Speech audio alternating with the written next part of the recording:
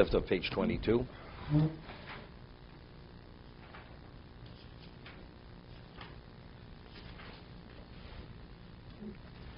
Third paragraph.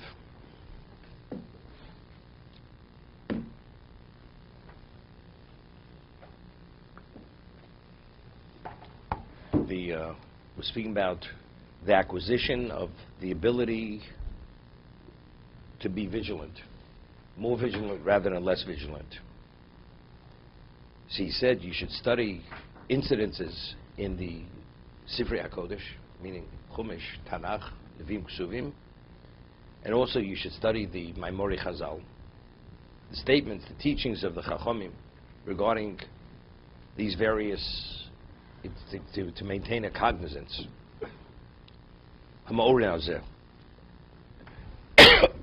He says, which awakened the person. His bonus hazeh. He says, regarding reflection upon these various the source material, how does it affect the person? Ha'oros b'adroga. It depends on the various levels of the people. L'shlemi adas, a person who fully grasps the gravity and the importance of the issue. L'pchusa mihen, people who grasp it to a lesser degree. L'chol hamon kulo, and just for the masses. L'shlemi adas is those who are truly wise. Tielem ha'oro b'mashi yisbor Elohim. They will be affected and motivated by what's verified to them. Because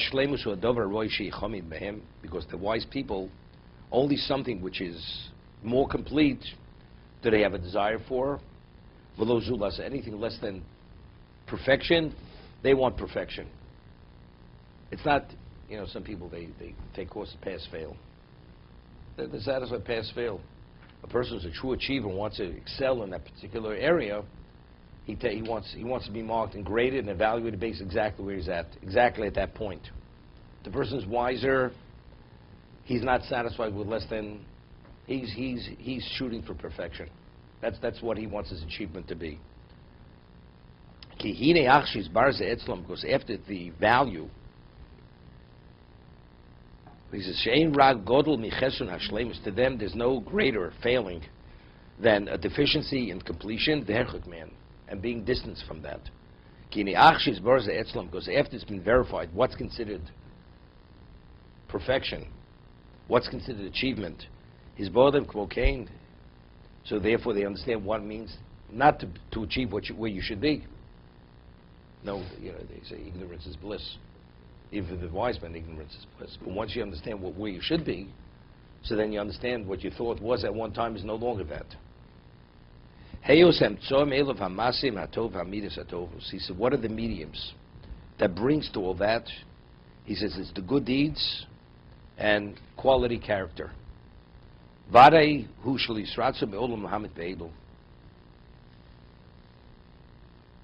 He says, what brings to vigilance? Doing good deeds and quality character. These individuals, they're not going to want to minimize the masim tovim or l'hokol b'hem, or to be lenient in regard. Because it's been verified to them. Because if the mediums are lacking, the end result is going to be lacking. Everything's going to be determined by the medium. What's the quality of the medium? If the mediums are going to be weak, and not with the full force and intensity which is needed to bring about the end result, they're not going to achieve true perfection. It's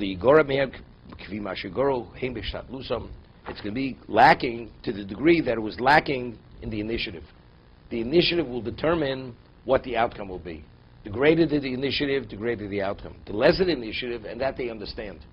So if they understand the only way you can bring about the ultimate is by maximizing the initiative, that's what they want to do.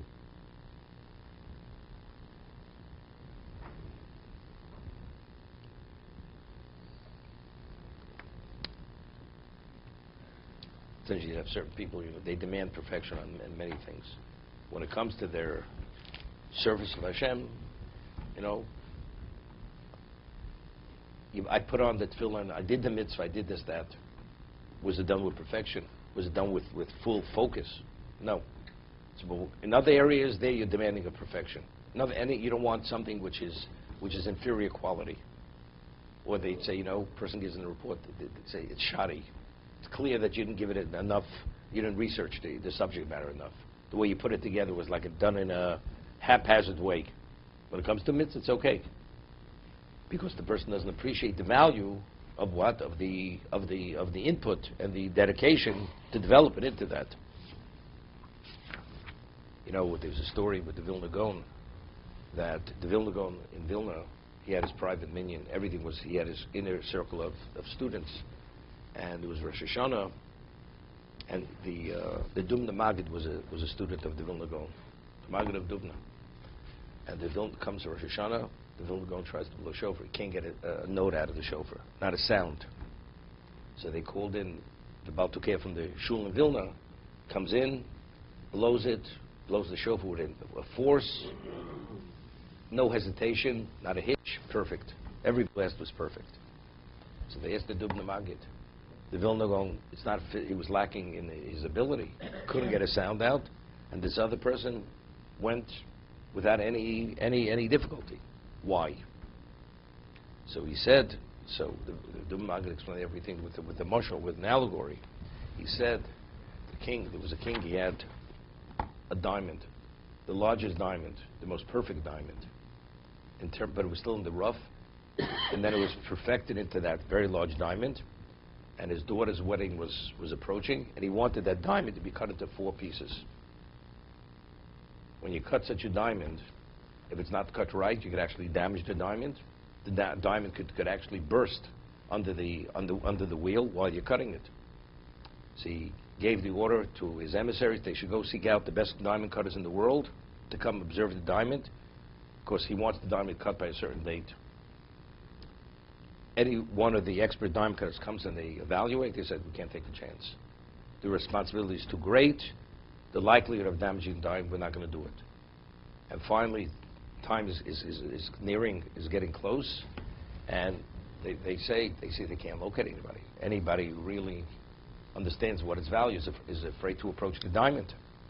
So finally, the emissary, is getting desperate, because the king says, if it's not cut by the wedding, it's your head. So he figures, what does he have to lose? So he went to some pawn shop, and he says to the pawn shopkeeper, by the way, I got a piece, I have a diamond, you want to cut it? He takes a look at it. Within an hour, he had to cut into 4 pieces. He says, how?